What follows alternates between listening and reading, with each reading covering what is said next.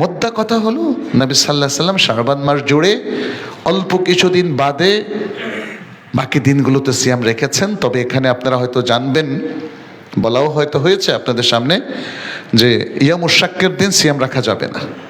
সন্দেহের দিন, যেদিন হয়তো আকাশ মেঘলা থাকে, ঠিক আমরা বুঝতে পারি না চাঁদ না দেখার কারণে এটা কি শাবানের শেষ দিন নাকি রমাদানের প্রথম দিন।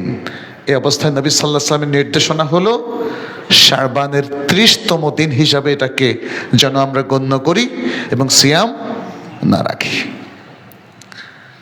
কারণ আপনি যদি এই জন্য সিয়াম রাখেন, যদি এটা শাবানের 30 দিন 30তম তারিখ হয় তাহলে তো নফল হলো, আর যদি 1 তারিখ হয় তাহলে তো রমাদান হলো। এইভাবে আমলের কোনো সিস্টেম ইসলামে না। ইসলাম ইয়াকিনের উপর থাকতে বলে। সন্দেহ করে কোনো আমল বাস্তবায়ন করার কোনো প্ল্যান ইসলাম দেয় না।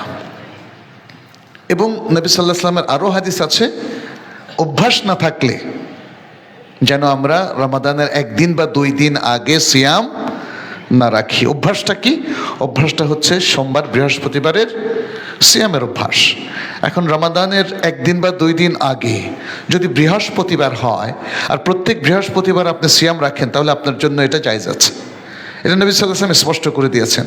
তবে যে অভ্যাসবশত সাপ্তাহিক সিয়াম বা এরকম কোনো সিয়াম রেখে থাকে বা একদিন সিয়াম ভাঙে আরেকদিন রাখে, সেই আবর্তনে পড়ে যদি কেউ রমাদানের 1 দিন বা 2 দিন আগে সিয়াম রাখে তাহলে সেটা জায়েজ আছে।